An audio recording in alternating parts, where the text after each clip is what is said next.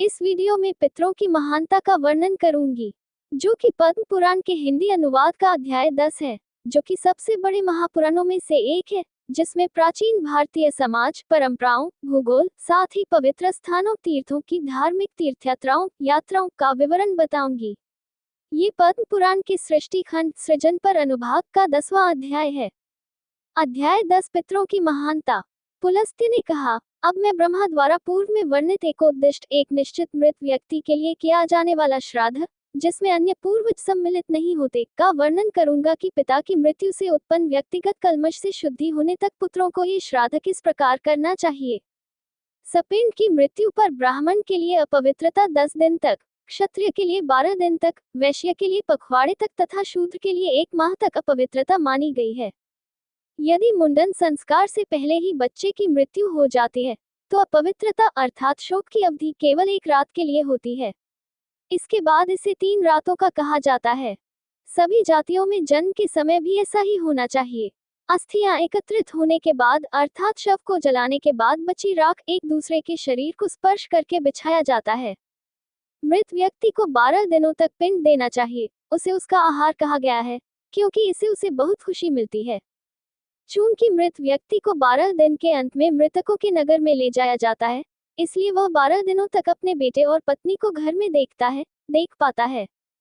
इसलिए 10 रातों और दिनों तक यात्रा की थकान दूर करने वाला जल आकाश में अर्पित करना चाहिए, ताकि सभी पीड़ाएं समाप्त हो जाएं।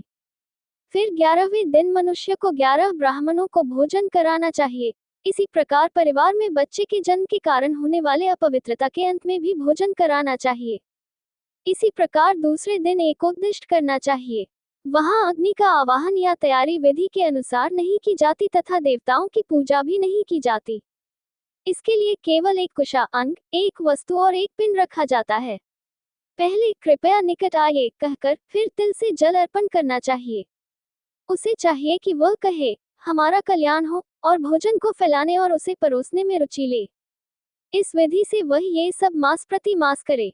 जन्म मरण के पश्चात दूसरे दिन उसे एक विशेष शैया, एक स्वर्ण प्रतिमा, फल, वस्त्र आदि भेंट करने चाहिए। अनेक आभूषणों से सुसज्जित ब्राह्मण दंपति का पूजन करके उन्हें शैया पर बिठाकर चांदी के पात्र में दही दूध मिलाकर उन्हें आदरपूर्वक अर्पण करना चाहिए। माथे की हड्डी लेकर उसे कूटकर मिला दे और जटाओं पर श्रद्धापूर्वक रखकर दंपति को पिला दे। पर्वतों में रहने वाले श्रेष्ठ ब्राह्मणों द्वारा यही विधि अपनाई जाती है। इससे अर्थात दंपति के इस पर बैठने से पलंग अपवित्र हो जाता है, अतः श्रेष्ठ ब्राह्मणों को इसे स्वीकार नहीं करना चाहिए।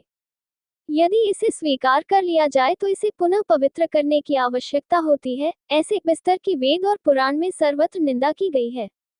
जो लोग इसे स्वीकार करते हैं वे नरक में जाते हैं। जो लोग अनजाने में उत्तम वस्त्र से बुने हुए तथा दंपति द्वारा उपयोग किए गए ऐसे बिस्तर को छू लेते हैं, वे नरक में जाते हैं।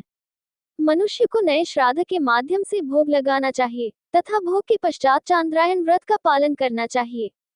पुत्रों को मृत पितरों के प्रति श्रद्धा से इसे सदैव करना चाहिए। मनुष्य को ब्राह्मण को एक बैल अथवा शुभ रंग की गाय भेंट करनी चाहिए। हे राजन, 1 वर्ष पूरा होने तक उसे अन्न सहित जल का घड़ा देना चाहिए। फिर वर्ष पूरा होने पर तिल सहित जल से सपिंडीकरण करना चाहिए। सपिंडीकरण के बाद चूंकि मृतक पार्वन पर दिए गए श्राद्ध का भोक्ता बन जाता है, इसलिए गृहस्थ को वृद्धि श्राद्ध से पहले के कर्मों में सपिंडीकरण करना चाहिए। देवताओं के सम्मान में अनुष्ठान के बाद सपिंडीकरण श्राद्ध करना चाहिए। इस श्राद्ध में पितरों को आमंत्रित करना चाहिए तथा मृतक को अलग से चिन्हित करना चाहिए। आदरपूर्वक तर्पण के लिए 4 बर्तनों में चंदन, जल तथा तिल रखना चाहिए। पितरों के लिए रखे गए बर्तनों के बीच मृतक के लिए रखे गए बर्तन को जल से सींचना चाहिए। इसी प्रकार पितरों के लिए समर्पित होकर मृतक के लिए 4 पिंड तैयार करके ये समाना इन 2 मंत्रों से पिंडों को 3 भागों में विभाजित करना चाहिए। इस विधि से उन्हें आदरपूर्वक जल आदि से तर्पण करना चाहिए। फिर चौथा जो पितरों की स्थिति प्राप्त करता है, वह अग्निश्वातों में अमृतत्व प्राप्त करता है। सपिंडीकरण के बाद उसे अलग से तर्पण नहीं करना चाहिए। पिंड उसी को देना चाहिए जो अब मृत पूर्वजों में निवास कर चुका है। तब से संक्रांति या सूर्य और चंद्र ग्रहण के दिन उसे एकोद्दिष्ट के साथ त्रिपिंड श्राद्ध करना चाहिए। किसी व्यक्ति की पुण्यतिथि के दिन जो व्यक्ति एकोद्दिष्ट के बिना विचरण करता है, वह देवताओं, पितरों और अपने भाइयों को भी हानि पहुंचाता है। यदि कोई व्यक्ति मृत्यु के दिन पार्वण सभी पितरों को तर्पण करने का एक सामान्य समारोह करता है, तो वह नीचे की ओर गिरता है, जिससे मृत व्यक्ति को मुक्ति मिल सकती है यदि वह स्वर्ग के मार्ग से संपर्क कर लेता है। फिर विधि के ज्ञाता और श्राद्धदाता को आमश्राद्ध करना चाहिए। इसके साथ ही उसे तर्पण करना चाहिए और पिंडों को अग्नि में अर्पित करना चाहिए। जब 3 पिंडों से सपिंडीकरण किया जाता है, तो 1 या 3 महीने के बाद जिस व्यक्ति को श्राद्ध दिया जाता है, वह बंधन से मुक्त हो जाता है। कुशा छिड़ककर पिंडदान करने से भी मुक्त आत्मा को भाग मिलता है। चौथे से शुरू होने वाले मृत पूर्वज लेप भज होते हैं और पहले 3 पिंडों में हिस्सा लेते हैं। पिंडदान करने वाला उनमें 7वां होता है और 7 को सपिंड कहा जाता है। भीष्म ने कहा, इस संसार में लोगों को देवताओं और मृतकों को किस प्रकार से भोजन देना चाहिए? पितरों के संसार में कौन लोग इन्हें ग्रहण करते हैं? उन्हें किन संकेतों से गिना जाता है? यदि पृथ्वी पर किसी ब्राह्मण को भोजन कराया जाता है या अग्नि में आहुति दी जाती है, तो अच्छे और बुरे मन वाले मृतक उस भोजन का आनंद कैसे लेते हैं? पुलस्त्य ने कहा, पिता वसु के रूप में हैं और पितामह रुद्र हैं। इसी प्रकार परदादा आदित्य हैं, ऐसा वैदिक ग्रंथ कहता है। पितरों के नाम और कुल का उल्लेख करने से देवताओं और पितरों के लिए चढ़ावा उनके पास चला जाता है। मंत्रों द्वारा किए गए श्राद्ध के सत्य को भक्तिपूर्वक समझना चाहिए। अग्निश्वात आदि को उनका प्रधान माना जाता है। जन्म लेने वाले व्यक्तियों के नाम और कुल भी उन्हीं के द्वारा संचालित होते हैं। ये पूजा संपन्न होने पर प्राणियों को प्रसन्न करती है। यदि पिता, माता या कोई बुजुर्ग व्यक्ति अच्छे कर्मों के कारण स्वर्ग में है, तो उनका भोजन अर्थात अर्पित किया गया भोजन अमृत बनकर उनके देवत्व में भी उन्हें मिलता है। यदि वे राक्षस बन गए हैं, अर्थात जन्म लिया है, तो ये भोजन का रूप ले लेता है, और यदि वे पशु बन गए हैं, अर्थात जन्म लिया है, तो ये घास में बदल जाता है। श्राद्ध में अर्पित किया गया भोजन उनके लिए वायु बन जाता है, भले ही वे सर्प बन गए हों। यदि वे यक्ष बन गए हों तो वह पेय बन जाता है। यदि वे राक्षस बन गए हों तो वह मांस बन जाता है। इसी प्रकार यदि वे राक्षस बन गए हों तो वह पेय बन जाता है, तथा यदि वे भूत बन गए हों तो वह रक्त जैसा जल बन जाता है। यदि वे मनुष्य योनि में जन्म लेते हैं, तो वह अन्न और पेय बन जाता है। भोक्ता उसे अनेक प्रकार से भोगते हैं। श्राद्ध का फूल स्त्री की कामशक्ति और पति की दूसरों को भोजन कराने की क्षमता है। वह समृद्धि से युक्त शक्ति है। वह रूप और स्वास्थ्य प्रदान करने वाला है, और उसका फल ब्रह्म से मिलन है। हे राजन, जब पितरों की सेना प्रसन्न होती है तो वे दीर्घायु, पुत्र, धन, विद्या, स्वर्ग, मोक्ष, सुख और राज्य भी प्रदान करते हैं। ऐसा सुना जाता है कि कौशिक के पुत्र 5 योनियों को प्राप्त करके सर्वोच्च स्थान अर्थात ब्रह्म को प्राप्त हुए। भीष्म ने कहा, कौशिक के पुत्रों ने 5 योनियों को प्राप्त करके उत्तम ब्रह्म मिलन कैसे प्राप्त किया? कर्मों के बंधनों का नाश कैसे होता है? पुलस्त्य ने कहा, कुरुक्षेत्र में कौशिक नाम के एक महान महापुरुष ऋषि थे। उनके पुत्रों के नाम और कर्म मुझसे सुनो, अर्थात जैसा मैं तुम्हें बताता हूँ। स्वस, क्रोधन, हिंस्र, पिशुन, कवि, वाग्दुष्ट और पितृवर्तन, ये सभी गर्ग के शिष्य थे। जब उनके पिता की मृत्यु हुई, तो उन्हें बड़े अकाल का सामना करना पड़ा। सूखे के कारण पूरी दुनिया में भय व्याप्त हो गया। जिन कौशिक पुत्रों का धन उनकी तपस्या थी, उन्होंने गर्ग की आज्ञा से वन में उनकी दुधारू गाय की रक्षा की। हम लोग भूख से बहुत व्याकुल हैं, अतः हम इस भूरी गाय को खा लेंगे। जब वे इस पापपूर्ण विचार पर विचार कर रहे थे, तब सबसे छोटे भाई ने कहा, यदि उसे मारना ही है, तो उसका श्राद्ध में उपयोग करो। जब उसका श्राद्ध में उपयोग होगा, तो हमारा पाप अवश्य ही नष्ट हो जाएगा। जब पितृवर्तन को उसके भाइयों ने ऐसा करो कहकर अनुमति दी, तब उसने एकाग्र होकर उस स्त्री का उपयोग करके श्राद्ध किया। उन्होंने 2 भाइयों को देवताओं का, 3 भाइयों को पितरों का, 1 को अतिथि बनाया और स्वयं श्राद्धकर्ता बन गए। अपने मृत पूर्वजों के प्रति समर्पित होकर उन्होंने पवित्र ग्रंथों के पाठ द्वारा श्राद्ध किया। तब वे भयमुक्त होकर अपने गुरु के पास गए और उनसे कहा कि आपकी गाय को एक बाघ ने मार डाला है, आप इस बछड़े को वापस ले जाइए। इस प्रकार 7 तपस्वियों ने निर्भय होकर वैदिक शक्ति पर आश्रित होकर क्रूर कर्म करते हुए गौ का भक्षण किया। फिर कालांतर में मरकर वे दशपुर में उत्पन्न हुए और पितरों में परिवर्तित होकर अपने पूर्वजन को स्मरण करने लगे। तप का वास्तविक स्वरूप समझकर, लोगों को न देखकर, पवित्र स्थान के समीप प्राण त्याग कर वे कालजा पर्वत पर मृग योनि में जन्मे। ज्ञान द्वारा परमात्मा का ध्यान करके उन्होंने उन शरीरों को भी त्याग दिया। संसार के प्रति उदासीनता के कारण उनके मन में पहाड़ से गिरकर मृत्यु हो गई। सातों तपस्वी मानस झील में चक्रवाक पक्षी के रूप में पैदा हुए। नाम और कर्म से वे थे सुमन, कुसुम, वसु, चित्तदर्शी, सुदर्शी, ज्ञाता और ज्ञानपार्क। वे बड़े भाई से प्रेम करते थे और सभी सातों मन के संयम के कारण पवित्र थे। उनमें से 3 अस्थिर मन वाले योग के मार्ग से विमुख हो गए थे। तदनंतर जलचर पक्षी पितृवर्ती ने स्त्रियों से युक्त, नाना प्रकार के क्रीड़ा करते, बड़ी सेना और वाहनों से युक्त, तेजस्वी, बलवान और वीर पंचाल कुल के राजा अनुहा को देखकर राज्य अर्थात राजा बनने की इच्छा की। अनुहा के 2 मंत्रियों को देखकर अन्य 2 श्रेष्ठ ब्राह्मणों ने भी उनके मंत्री बनने की इच्छा की। उनमें से एक अनुहा का पुत्र हुआ, जो आगे चलकर ब्रह्मदत्त के नाम से प्रसिद्ध हुआ। मंत्री के पुत्र पुंडरीक और सुबालक के नाम से भी प्रसिद्ध हुए। ब्रह्मदत्त काम्पिल्य नामक उत्तम नगर में पंचाल राजा के रूप में अभिषेक किया गया। वह अपने मृत पूर्वजों के प्रति समर्पित था, श्राद्ध करता था, योग परमात्मा का चिंतन का मार्ग जानता था और दूसरों के मन को पढ़ लेता था। उनकी पत्नी रानी वासुदेव की पुत्री थी। वे सन्नति नाम से प्रसिद्ध थी और पूर्वजन्म में वही भूरी गाय थी। वह पितरों से संबंधित कार्यों में संलग्न होकर वेदों की व्याख्या करने वाली बन गई। राजा उसके साथ राज्य पर शासन करता था। एक बार वह उसके साथ एक बगीचे में गया और वहां उसने एक कीड़े चींटियों के जोड़े को प्रेम झगड़ा करते देखा। काम प्रेम से व्यथित शरीर वाले नर ने सामने खड़ी स्त्री चींटी से लड़खड़ाते हुए स्वर में कहा, दुनिया में कहीं भी ऐसी प्रेममयी स्त्री नहीं है।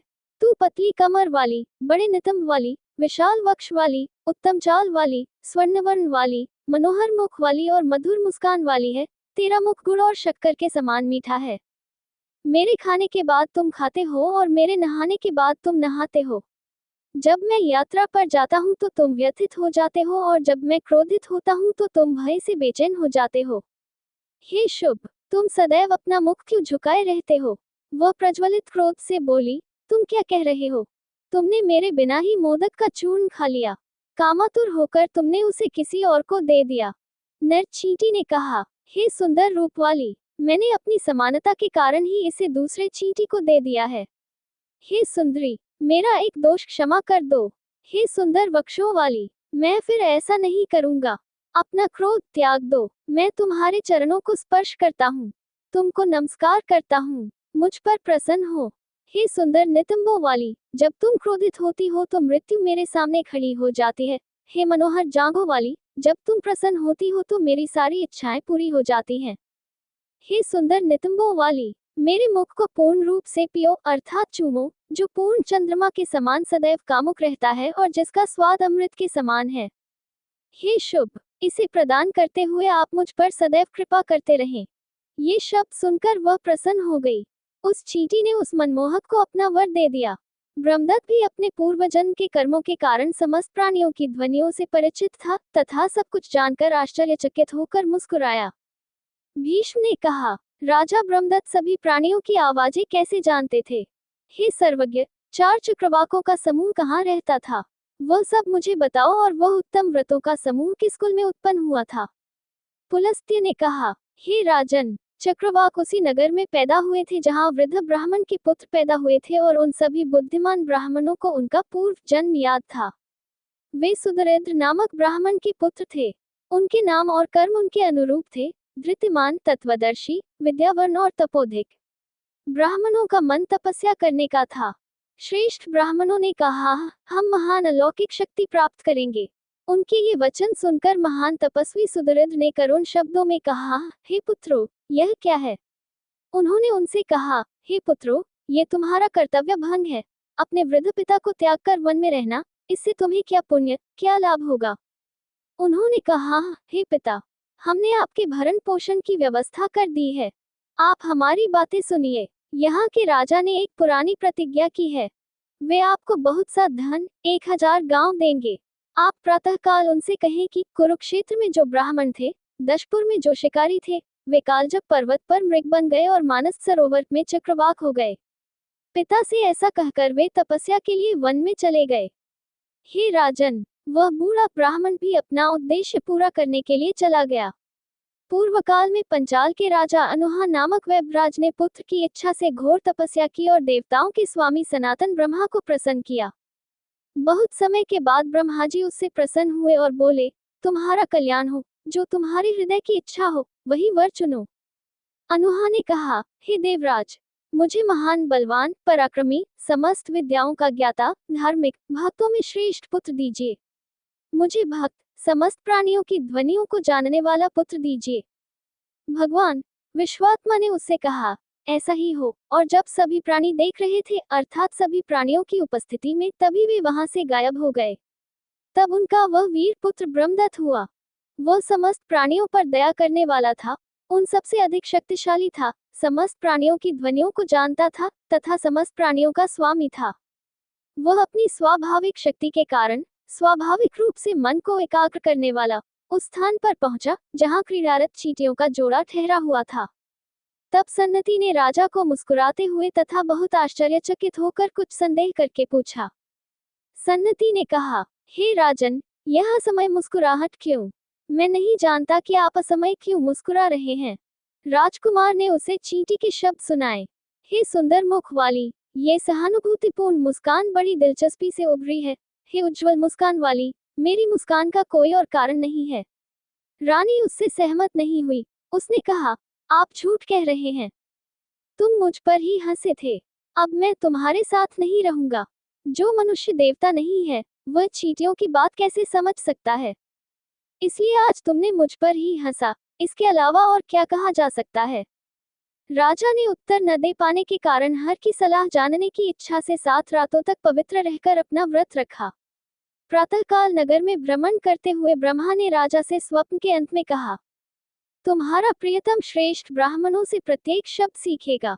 ऐसा कहकर ब्रह्मा जी अंतर ध्यान हो गए। प्रातःकाल राजा अपने मंत्रियों और पत्नी के साथ नगर से बाहर निकल रहे थे, तभी उन्होंने वृद्ध ब्राह्मण को कुछ कहते हुए अपने सामने आते देखा। ब्राह्मण ने कहा, वे ऋषि जो कुरुजांगल में मुख्य ब्राह्मण थे, दशपुर में मछुआरे, कालजा पर्वत में मृग और मानस झील में 7 चक्रवर्ती थे, वे यहाँ रहते हैं। उसके ये वचन सुनकर वह शोक से गिर पड़ा और उसे अपना पूर्वजन्म स्मरण हो आया। मंत्री के दोनों पुत्रों को भी अपना पूर्वजन्म स्मरण हो आया।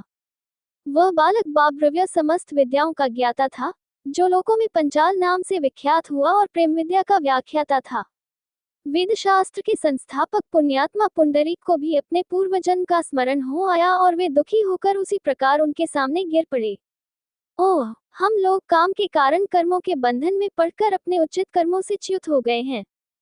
इस प्रकार बारंबार शोक प्रकट करते हुए योगवेता तीनों ने आश्चर्यपूर्वक श्राद्ध की महिमा की स्तुति की। तत्पश्चात राजा ने उस वृद्ध ब्राह्मण को बहुत से ग्रामों सहित धन देकर प्रसन्नता पूर्वक विदा किया और अपने पुत्र विश्वक्सेन को राजसी गुणों से युक्त करके सिंहासन पर बैठाया। तब ब्रह्मदत्त आदि श्रेष्ठ तपस्वी माता पिता के प्रति समर्पित तथा द्वेष से रहित होकर मानस सरोवर के जल में गए। सन्नति भी प्रसन्न होकर कहने लगे, हे राजन, मैंने तुम्हें ये सब बताया था तथा ध्यान का फल भी देखा जा सकता है। फिर अगले भाग में राजा ने उसकी प्रशंसा करते हुए कहा, ऐसा ही है, आपकी कृपा से मुझे ये सब फल प्राप्त हुआ है। तब उन समस्त वनवासियों ने परमात्मा का ध्यान करते हुए अपनी तपस्या के बल से सिर के शिखर के छिद्र से परम स्थान प्राप्त किया। इस प्रकार पितर प्रसन्न होकर मनुष्यों को दीर्घायु, धन, विद्या, स्वर्ग, मोक्ष और सुख प्रदान करते हैं, साथ ही पुत्र और राज्य भी देते हैं। हे राजन, जो मनुष्य ब्रह्मदत्त के इस पितृक महात्म्य को ब्राह्मणों को सुनाता है, सुनता है या पढ़ता है, वह स्वर्ग में पूरे 100 करोड़ कल्पों तक मनुष्य के 432 मिलियन वर्ष इक्वल्स कल्प सम्मानित होता है।